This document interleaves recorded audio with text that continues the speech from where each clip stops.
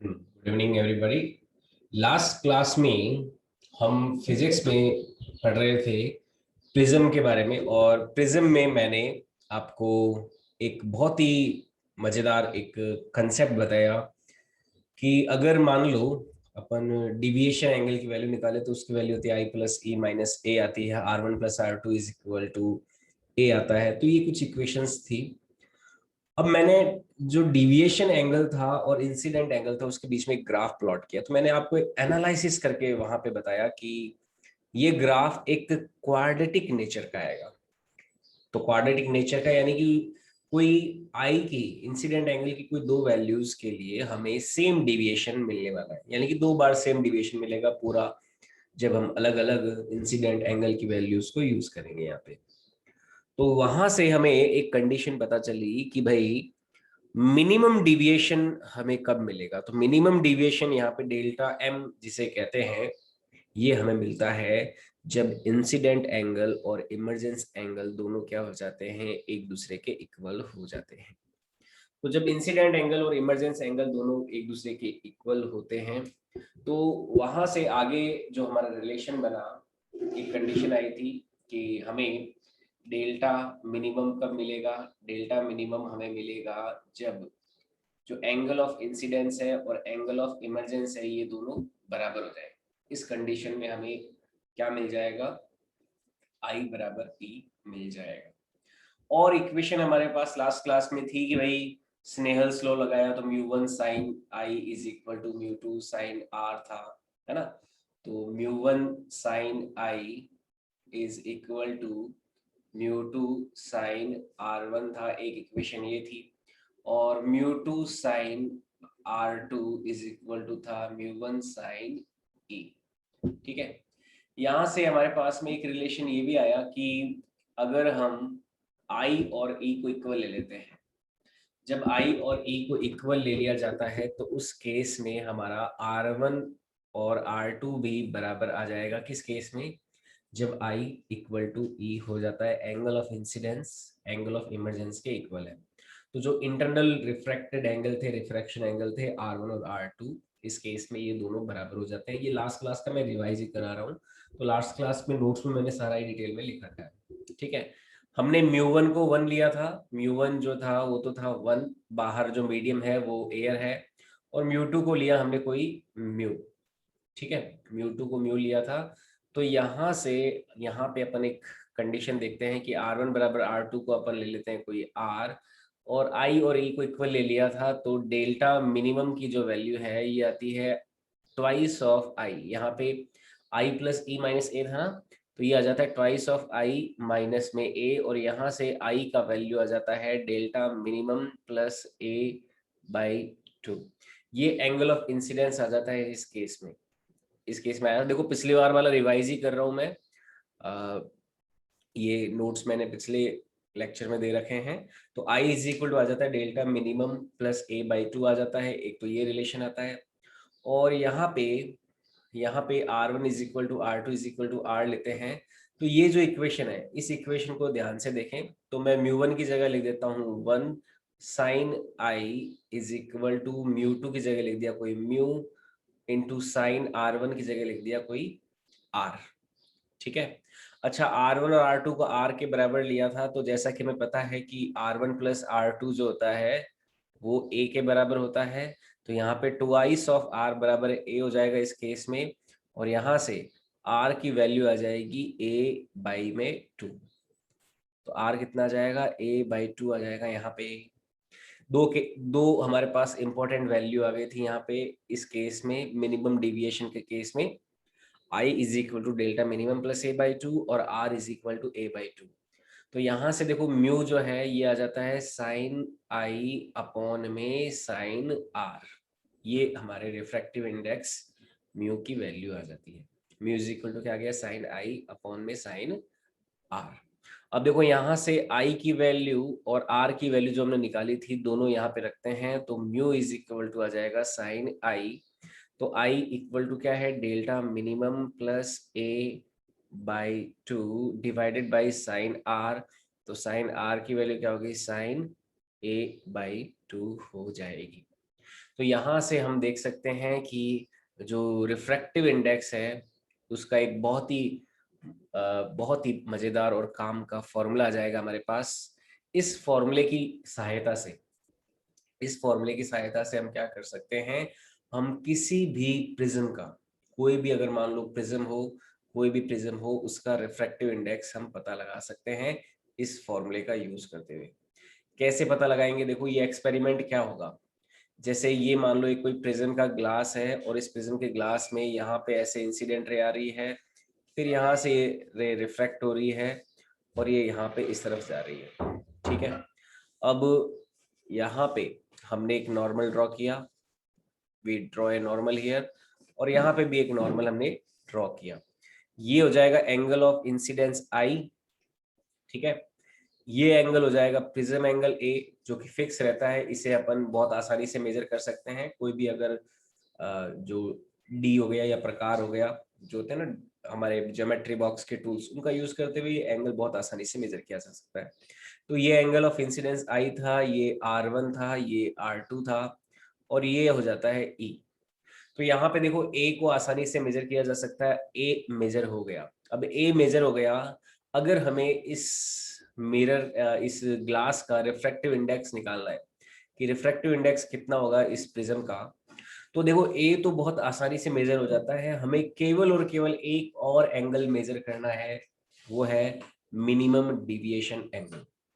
यहाँ पे एक और एंगल बस मेजर करना है, मिनिमम डिविएशन एंगल। इसके अलावा हमें कुछ नहीं मेजर करना अगर हमें इस प्रिज्म का रिफ्रैक्टिव इंडेक्स निकालना है। तो देखो क्या करेंगे, आई ई मेजर कर लिया, हमें डेल्टा मिनिमम मेजर करना है। तो डेल्टा मिनिमम के लिए क्या करेंगे, हम एक्सपेरिमेंट करेंगे। हम क्या करेंगे, यहाँ से कोई लेजर बीम मान लो हमने एक यहाँ से भेजी, यहाँ से एक लेजर बीम को यहाँ से भेजते हैं। ये जैसे लेजर बीम है, इस लेजर बीम को भेज रहे हैं, मान लो किसी एंगल आई के लिए भेज रहे हैं, उससे एंगल अपन को ई मिल रहा है। तो हम क्या करेंगे, आई और ई को मेजर करते जाएंगे, आई मेजर करते जाएंगे, ई मेजर करते जाएंगे। मान लो स्टार्टिंग में आई की वैल्यू आ रही थी 60 डिग्री, ई का वैल्यू आ रहा था 30 डिग्री, फिर आई का वैल्यू और कम किया हमने 60 से, मान लो आए 55, ई का वैल्यू बढ़ा 35 हो गया। फिर क्या करेंगे, मिलेगा, मिलते मिलते मिलते मिलते एक ऐसा पॉइंट आएगा जब हम मेजर कर रहे होंगे, तो एंगल ऑफ इंसिडेंस और एंगल ऑफ इमरजेंस जो है ये दोनों इक्वल हो जाएंगे। एक ऐसा कंडीशन आएगा जब आप यहाँ से जो ये रे है, इस रे का ये एंगल धीरे धीरे कम करते जाओगे और ये भी एंगल क्या हो जाएगा, धीरे धीरे थोड़ा बढ़ता जाएगा। तो दोनों एंगल, एक ऐसी सिचुएशन आएगी जब दोनों एंगल इंसिडेंट और इमरजेंस इक्वल हो जाएंगे, और उस केस में हमें मिनिमम डिविएशन मिल जाएगा। और क्योंकि मिनिमम डिविएशन का उस केस में फॉर्मूला क्या होगा, डेल्टा मिनिमम हो जाएगा आई प्लस ई माइनस में ए होता है, या फिर आई, इस ई की जगह भी क्या आ जाएगा, आई आ जाएगा। तो डेल्टा मिनिमम की वैल्यू क्या आ जाएगी, ट्वाइस ऑफ आई माइनस में ए आ जाएगा। ठीक है, तो यहाँ पे आप ये डेल्टा मिनिमम रख सकते हो, या फिर डायरेक्टली यहाँ पे आई रख दोगे, है ना, डायरेक्टली यहाँ पे आई भी रख सकते हो। तो साइन आई, क्योंकि हमें आई पता चल गया मिनिमम डिविएशन वाला के लिए इंसिडेंट एंगल, और नीचे आर की जगह क्या लिख सकते हो, a/2। तो a/2 तो आसानी से पता चल ही जाता है। तो कहने का मतलब क्या है, ये जो फॉर्मूला है, इस फॉर्मूले का यूज करके हम किसी भी प्रिज्म का बाय एक्सपेरिमेंट करके किसी भी प्रिज्म का क्या कर सकते हैं, रिफ्रैक्टिव इंडेक्स निकाल सकते हैं। तो by using above formula, by using above formula with experimentation, with experiment, we can calculate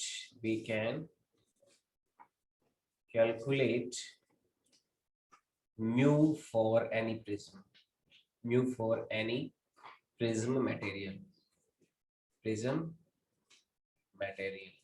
तो किसी भी प्रिज्म मटेरियल का क्या निकाल सकते हैं हम, म्यू निकाल सकते हैं।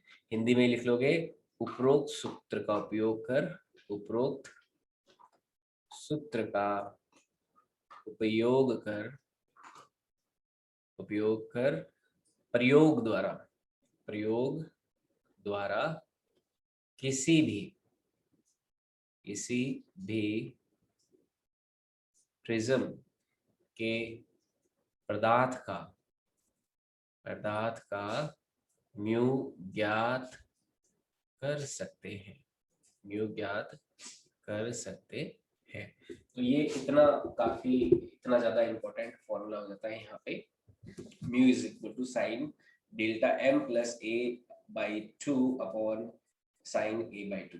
ठीक है, अब इस फॉर्मूले को यूज करते हुए देखो क्वेश्चन करते हैं। इस फॉर्मूले को लेते हुए क्वेश्चन करते हैं। आई होप आपको ये फॉर्मूला जो है मिनिमम डिविएशन के लिए ये क्लियर हो गया होगा। इस फॉर्मूले को मिनिमम डिविएशन फॉर्मूला भी बोलते हैं। तो ये एडिंग की लिखने वाली minimum deviation formula, deviation formula, ठीक है। न्यूनतम विचलन सूत्र, मिनिमम डिविएशन फॉर्मूला, न्यूनतम विचलन सूत्र, न्यूनतम विचलन का सूत्र। तो ये है मिनिमम डिविएशन फॉर्मूला, ये ध्यान में रखिए। ठीक है, बहुत ही इंपॉर्टेंट है। अब देखो मैं एक क्वेश्चन लेता हूँ, क्वेश्चन से आपको और अच्छे समझ में आ जाएगा। क्वेश्चन है कि मान लो आपको, एक मिनट यहाँ पे लेते हैं क्वेश्चन।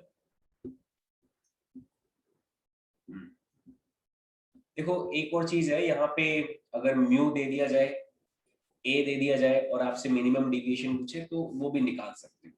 ठीक है, तो ऐसा नहीं है कि अपन को केवल म्यू ही निकालना है, मिनिमम डिविएशन निकाल के हमें म्यू पता हो ए पता हो तो भी हम क्या कर सकते हैं, मिनिमम डिविएशन यहाँ पे निकाल सकते हैं। क्वेश्चन है कि कोई प्रिज्म है, उसके लिए प्रिज्म एंगल जो है ए, ये है 60 डिग्री। कोई प्रिज्म एंगल है 60 डिग्री और उसके लिए जो रिफ्रैक्टिव इंडेक्स है म्यू, ये है लगभग 1.632।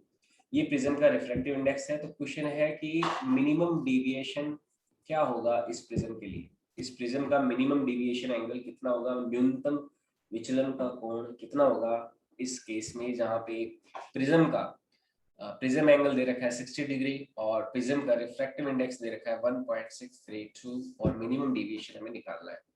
देखो क्वेश्चन में ये पूछा है, ये दे रखा है, ये दे रखा है और ये भी दे रखा है, ये दे रखा है, तो इसे हमें सॉल्व करना है। ठीक है, थोड़ा मैं आपको सॉल्यूशन बता देता हूँ। बहुत सिंपल से क्वेश्चन होते हैं, फॉर्मूला बेस्ड, तो कोई इतना ज्यादा दिमाग लगाने की हमें नीड नहीं है, आवश्यकता नहीं है। तो देखो यहाँ पे क्या करेंगे, मैं म्यू को लिख देता हूँ 1.632 इज इक्वल टू हो जाएगा साइन डेल्टा मिनिमम प्लस ए हो जाएगा 60 डिग्री, 60/2 इज इक्वल टू या फिर डिवाइडेड बाय साइन 60/2। ये हम वैल्यू रख देंगे इस फॉर्मूले में। तो ये हो जाएगा 1.632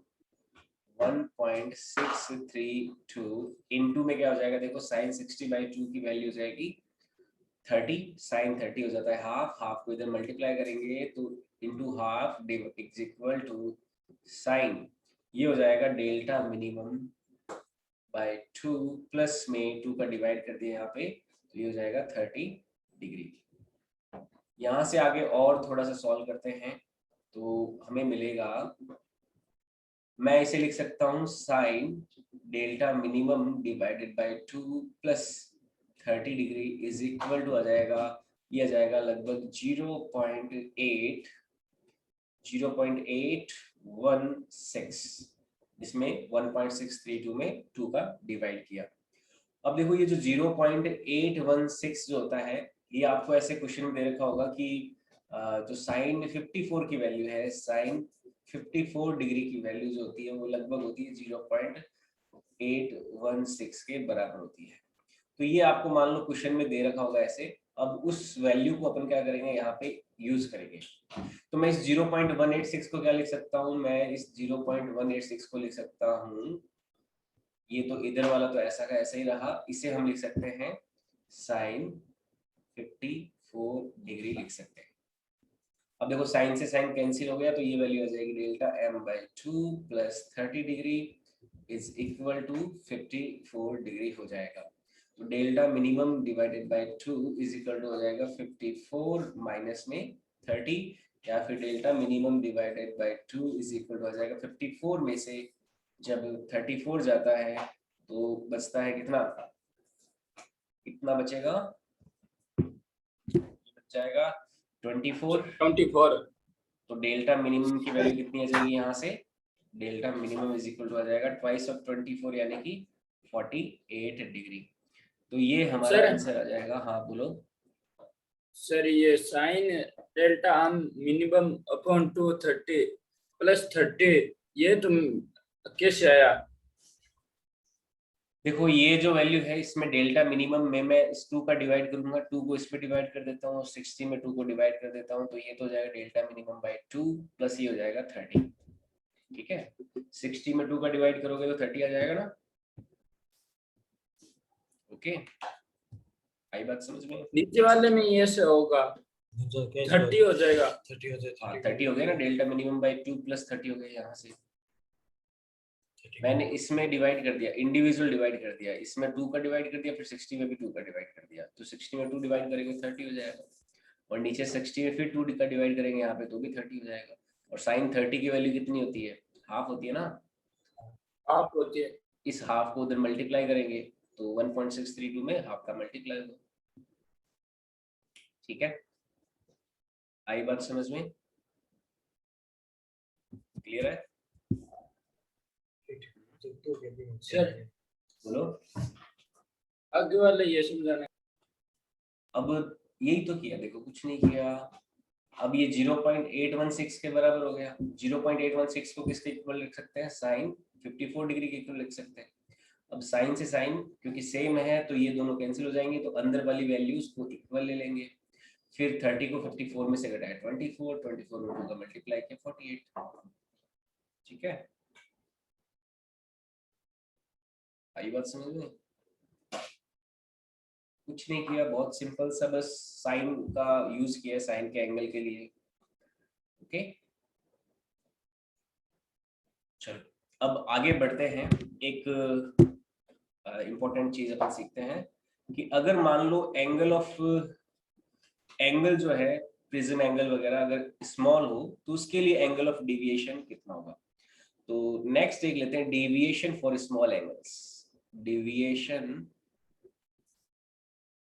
फॉर स्मॉल एंगल्स, छोटे कोण के लिए विचलन। छोटे कोण के लिए विचलन। तो अपन मान लो एंगल हमारा जो है कोई प्रिज्म एंगल बहुत स्मॉल है। अगर मान लो प्रिज्म एंगल बहुत स्मॉल है, जैसे इस तरह का कोई केस लेते हैं, जैसे ये केस हो गया। इस केस में प्रिज्म एंगल क्या हो गया? देखो बहुत स्मॉल हो गया। ठीक है, अब प्रिज्म एंगल अगर स्मॉल है तो आपका प्रिज्म एंगल मान लो ये ए है, A is very small, A is very small. ठीक है, ए बहुत छोटा है।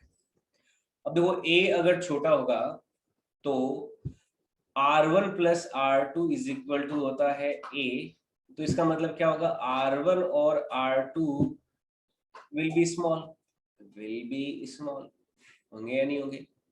R1 और R2 भी क्या होंगे? छोटे हुए। क्यों? क्योंकि R1 plus R2 is equal to क्या होता है? ए होता है। तो यहां से एक हमारा पॉइंट हो जाएगा पहला तो कि जो R1 R2 है वे भी छोटे होंगे, विल बी स्मॉल। अब हमें पता है कि भाई म्यू1 साइन आई, यहाँ से मान लो इंसिडेंट रे आ रही है, ये म्यू1 है और ये म्यू2 है, तो mu one sine i is equal to होता है म्यू2 साइन R1 और mu two sine R2 is equal to होता है म्यू1 साइन ई। तो देखो अगर R1 छोटा है तो यहाँ से I भी छोटा होगा, अगर R2 छोटा है तो E भी छोटा होगा। देखो I किस पे डिपेंड कर रहा है? R1 पे डिपेंड कर रहा है। यहाँ से हम क्या मान के चल रहे हैं कि जो प्रिज्म एंगल है वो बहुत छोटा है, prism angle is very small. अगर प्रिज्म एंगल वेरी स्मॉल है तो प्रिज्म एंगल किसके इक्वल है? R1 प्लस R2 के इक्वल है। अगर A स्मॉल है तो R1 प्लस R2 से मिलके बना है A, तो R1 और R2 भी स्मॉल होंगे, है ना। जैसे कोई छोटी क्वांटिटी जो है वो बनी है कोई दो क्वांटिटी को ऐड करके, तो डेफिनेटली वो दोनों क्वांटिटी भी छोटी ही रहेगी, है ना। तो R1 R2 भी छोटे होंगे। अब देखो I जो है एंगल ऑफ इंसिडेंस किस पे डिपेंड कर रहा है? R1 पे, तो इसका मतलब I भी छोटा होगा और यहाँ पे जो E है वो R2 पे डिपेंड कर रहा है, तो इसका मतलब I और E will be also small. इसका मतलब क्या हो गया, I and E will also small. तो I और E भी क्या हो जाएंगे उस केस में, बहुत छोटे होंगे, बहुत स्मॉल हो जाएंगे। आई बात समझ में, ठीक है। तो I और E भी क्या हो जाएंगे, स्मॉल हो जाएंगे। ओके, अब देखो I और E स्मॉल होंगे, R1 और R2 भी स्मॉल है। उस केस में A स्मॉल है तो R1 R2 स्मॉल है, और R1 R2 स्मॉल होते तो I और E स्मॉल है। अब हमें पता है कि फॉर स्मॉल थीटा ये एक बहुत ही इंपॉर्टेंट अप्रोक्सीमेशन होता है। छोटे थीटा के लिए हम क्या करते हैं, साइन थीटा को थीटा के इक्वल ही ले लेते हैं। ये क्या किया हमने, फॉर स्मॉल थीटा, अगर थीटा छोटा होता है तो साइन थीटा जो होता है उसे किसके इक्वल ले लिया जाता है, थीटा के ही इक्वल ले लिया जाता है। ये बहुत ही इंपॉर्टेंट और बहुत ही शानदार अप्रोक्सीमेशन होता है यहाँ पे, ठीक है। तो अपन यहाँ पे ये काम करने वाले हैं, तो करते हैं इसको।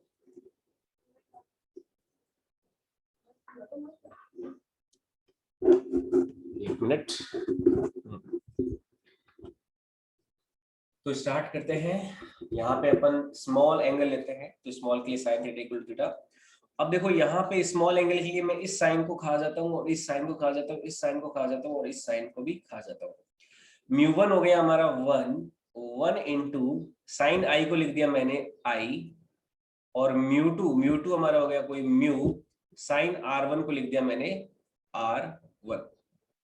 तो अपन ऐसा लिख सकते हैं, यहां से हमारा I वैल्यू इक्वल आ जाएगा म्यू R1 के इक्वल आ जाएगा। I इज इक्वल टू क्या आ जाएगा, म्यू टाइम्स R1 हो जाएगा फॉर स्मॉल थीटा के लिए। ये बात समझ में आई। मैंने क्या किया, ये जो इक्वेशन है इस इक्वेशन में साइन को उड़ा दिया। क्यों, क्योंकि आई स्मॉल है, ई R1 भी स्मॉल है, तो साइन आई तो आई हो जाएगा और साइन R1 क्या हो जाएगा, R1 हो जाएगा।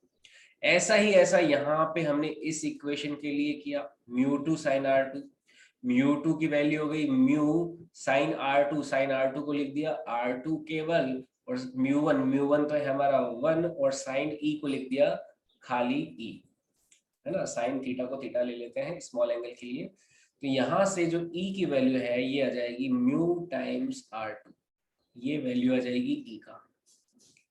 आया नहीं आया आई बात समझ में। तो I इज इक्वल टू हो जाएगा म्यू टाइम्स R1 और E इक्वल्स टू हो जाएगा म्यू टाइम्स R2।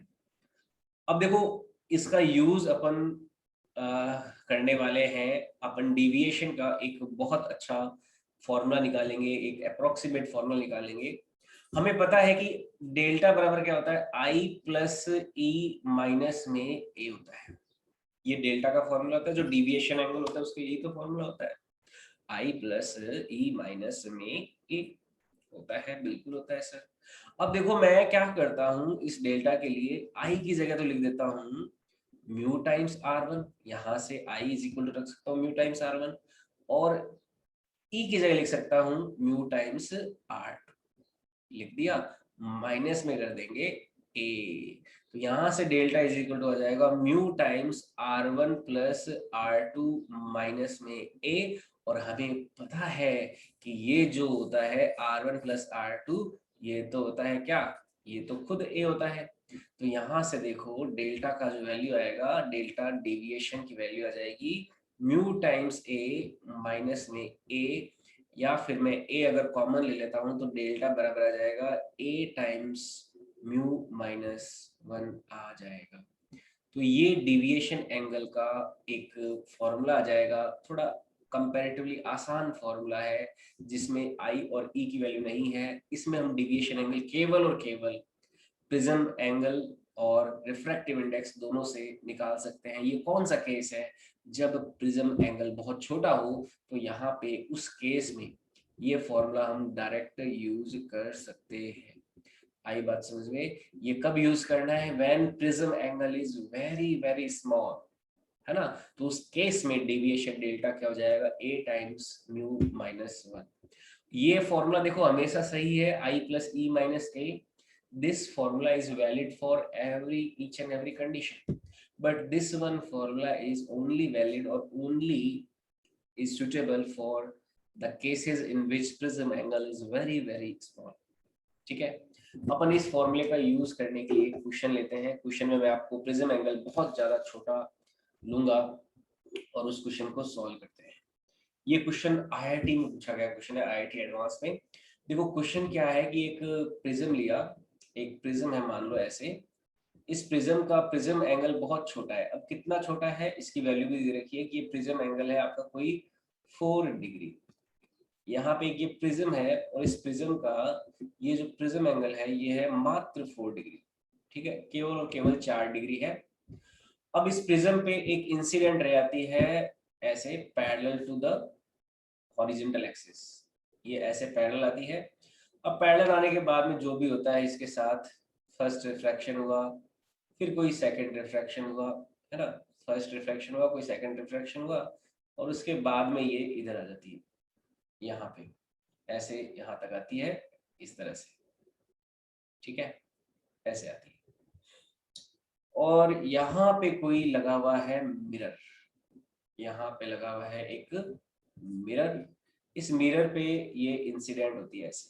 यहाँ पे कौन सा मिरर है, यहाँ पे एक प्लेन मिरर है। प्लेन मिरर को दिखाने के लिए अपन क्या करते हैं, एक खड़ी लाइन खींच देते हैं और उसके पीछे ये लगा दिया सिल्वर जिंक, इसे कहते हैं अपन प्लेन मिरर।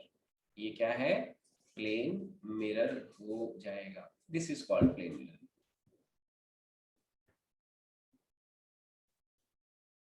यह है प्लेन मिरर, इसको बोलते हैं समतल दर्पण। जो हम कांच देखते हैं ना घरों में, हमारा थोपड़ा देखने के लिए, अपना चेहरा देखने के लिए, तो वहां पर क्या यूज होता है, प्लेन मिरर यूज होता है। तो ये हो गया, what will be the angle of incidence for ray incident on A vertical mirror. तो क्वेश्चन ये है कि अगर मान लो मैं यहाँ चेतन अभी देखने लग गया, चेतन अभी देखने लग गया, बिल्कुल चेतन का बहुत अच्छा है ना चेहरा, हीरो है हमारा चेतन। तो देखो ये जो रे है ऐसे आ रही है। अब सवाल सुनना, सवाल ये है कि यहाँ पर ये इंसिडेंट एंगल कितना होगा। ये देखो ये नॉर्मल होता है इसका, तो ये सवाल है कि इसका इंसिडेंट एंगल ये आई कितना हो जाएगा। What will be the incident angle, what will be the incident angle, the incident angle of refracted ray from prism on plane mirror। ठीक है, तो प्लेन मिरर पे क्या होगा इंसिडेंट एंगल, जो रे रिफ्रैक्टेड हो रही है, अपवर्तित हो रही है प्रिज्म से। तो हिंदी में लिख देता हूं, प्रिज्म से अपवर्तित होने वाली किरण के लिए समतल दर्पण पर आपतित कोण कितना होगा, आपतित कोण कितना होगा, ये हमारा सवाल है। मैं ऑप्शन दे देता हूं, देखते हैं आप में से कितने लोग ट्राई करते हैं ऑप्शन को। ऑप्शन ए है 4 डिग्री, ऑप्शन बी है, अच्छा इसका जो रिफ्रैक्टिव इंडेक्स है म्यू ग्लास का ये 1.5 दे रखा है और बाहर एयर है, तो एयर में आप समझ जाओ रिफ्रैक्टिव इंडेक्स कितना हो गया, 1 ही हो गया। ठीक है, तो ये इसका रिफ्रैक्टिव इंडेक्स 1 है, इसका 1.5 है। केस बी है, बी वाले स्टेट में इसका मान लो कोई इंसिडेंट एंगल आया 1 डिग्री, सी ऑप्शन है कोई इंसिडेंट एंगल है 2 डिग्री और डी ऑप्शन है इंसिडेंट एंगल है कोई 3 डिग्री। तो कितना होगा इंसिडेंट एंगल यहाँ पे, ये जो रे हमारे इस प्लेन मिरर के नॉर्मल के साथ कितना एंगल बनाएगी। ये आईआईटी एडवांस में पूछा गया क्वेश्चन है, लेकिन ये क्वेश्चन इतना आसान था, पर होता है ना एग्जाम में हम बहुत ज्यादा चीजें सोचते हैं तो कभी कभी आसान क्वेश्चंस को आसान अप्रोच से हम कर नहीं पाते, तो उस वजह से काफी बच्चों ने इसको गलत किया था। लेकिन बहुत आसान क्वेश्चन है ये, आईआईटी एडवांस का क्वेश्चन है ये। ठीक है, IIT का क्वेश्चन।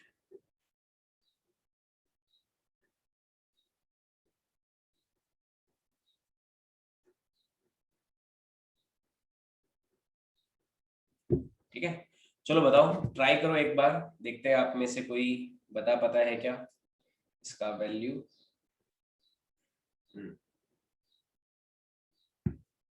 यस, जितेंद्र बिल्कुल सही, बहुत बढ़िया, शाबाश जितेंद्र, तुम्हारे अंदर एक IITian बनने का पूरा पोटेंशियल है। और बाकी बताओ।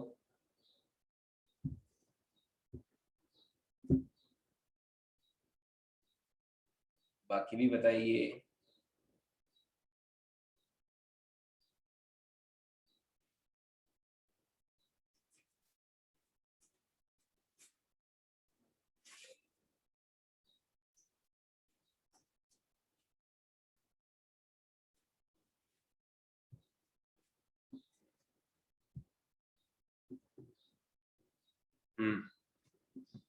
यस, बहुत बढ़िया, सुनील और रंजीत ने भी आंसर दिया, एकदम सही, देवराज एकदम सही। तो आंसर हो जाएगा third option is correct option, 2 degree is right answer. देखो कैसे करेंगे, जैसे ये हॉरिजॉन्टल रे आ रही है तो मैं यहाँ पे एक लाइन खींचता हूँ अगर हॉरिजॉन्टल डायरेक्शन में, तो देखो ये हॉरिजॉन्टल डायरेक्शन में एक लाइन खींची। अब देखो ये एंगल जो होगा, ये एंगल देखो कितना हो जाएगा, ये इंसिडेंट रे इस डायरेक्शन में आ रही है, जो रिफ्रैक्टेड रे वो इस डायरेक्शन में जा रही है, तो ये एंगल कौन सा हो जाएगा हमारा, डिविएशन एंगल ही तो हो जाएगा। ये भाई क्या है हमारा, डिविएशन एंगल ही तो है। यहाँ से अगर मैं हॉरिजॉन्टल लाइन को एक्सटेंड करूँ तो जिस डायरेक्शन में हमारी रे जानी चाहिए थी, क्योंकि हॉरिजॉन्टली जा रही थी लेकिन वो थोड़ी सी मुड़ जाती है, तो कितना मुड़ी वही तो क्या होता है हमारा डिविएशन एंगल होता है। तो यहाँ पे deviation angle delta is equal to क्या होता है, ये तो अभी हमने लास्ट जो स्लाइड थी उसमें सीखा कि जो डेल्टा की वैल्यू होती है, डेल्टा की वैल्यू क्या होती है, डेल्टा इज इक्वल टू होता है, डेल्टा इज इक्वल टू होता है ए टाइम्स म्यू माइनस में 1। ठीक है, अब डेविएशन एंगल डेल्टा कितना हो जाएगा, ए तो है 44 डिग्री है, म्यू कितना है 1.5 है, माइनस में हम 1 कर देंगे तो डेल्टा इज इक्वल हो जाएगा 4 डिग्री इंटू 1.5 में से 1 गया तो ये हो जाएगा 0.5 और इसकी वैल्यू आ जाएगी 2 डिग्री। तो हमारे पास तो ये डेविएशन एंगल डेल्टा ये 2 डिग्री आया है, लेकिन अगर हम गौर से देखें तो ये जो डेविएशन एंगल डेल्टा है और ये आई है, ये दोनों भी तो इक्वल होंगे, ज्योमेट्री के प्रिंसिपल से ये दोनों क्या हो जाएंगे, आपस में इक्वल हो जाएंगे। लेकिन एज वी नो यहाँ पे डेल्टा ही क्या होगा, जो इंसिडेंट एंगल है मिरर का यहाँ पे, क्योंकि एक जेड जैसा स्ट्रक्चर बनाते हैं, ये पैरेलल रे के बीच में ये रे है, पैरेलल जो लाइन है उसके बीच में ये क्रॉस लाइन है, और तो डेल्टा बराबर क्या हो जाएगा यहाँ पे आई हो जाएगा। तो डेल्टा बराबर आई हो जाएगा, तो डेल्टा तो हमारा 2 डिग्री है, इस वजह से हमारा आई का वैल्यू जो है वो भी कितना आ गया, 2 डिग्री आ जाएगा।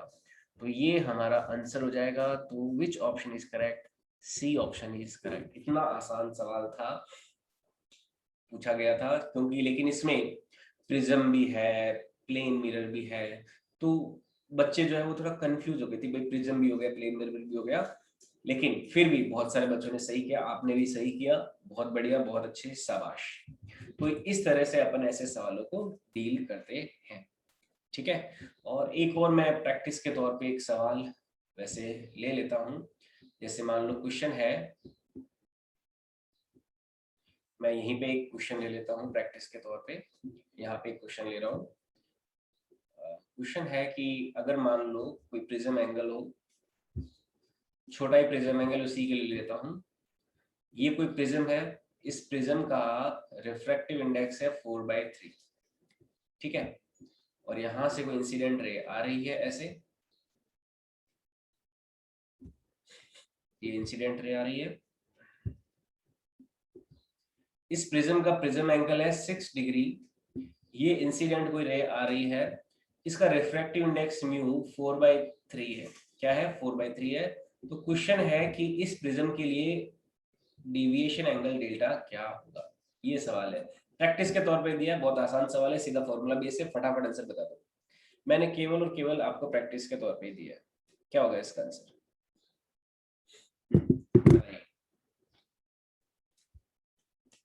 बहुत सिंपल सा ही है, कुछ नहीं है इसमें ज्यादा कुछ। Sir 2 degree. यस 2 डिग्री हो जाएगा, बिल्कुल सही। तो वही सेम प्रोसीजर किया हमने, डेल्टा इज इक्वल